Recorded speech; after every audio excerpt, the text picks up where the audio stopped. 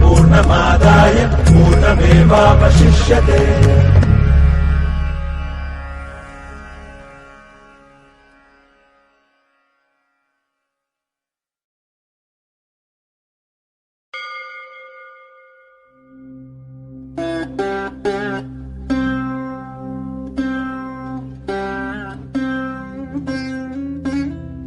میں شہر رامیشورم کے ایک مڈل کلاس تمل خاندان میں پیدا ہوا۔ میرے ابا زین العابدین کے پاس نہ تعلیم تھی نہ دولت، لیکن ان مجبوریوں کے باوجود ایک دانائی تھی ان کے پاس اور حوصلہ تھا، اور میری ماں جیسی مددگار تھی عاشی اماں۔ ان کی کئی اولادوں میں ایک میں بھی تھا، بلند قامت ماں باپ کا ایک چھوٹے سے قد والا معمولی شکل و صورت کا لڑکا۔ اپنے پشتینی مکان میں رہتے تھے ہم، جو کبھی 19ویں صدی میں بنا تھا۔ کافی وسیع اور پکا مکان تھا رامیشورم کی مسجد سٹریٹ میں۔ میرے ابا ہر طرح کے عیش و آرام سے دور رہتے تھے، مگر ضروریات کی تمام چیزیں میسر تھیں۔ سچ تو یہ ہے کہ میرا بچپن بڑا محفوظ تھا، مادی طور پر بھی اور جذباتی طور پر بھی، مٹیریلی اینڈ ایموشنلی۔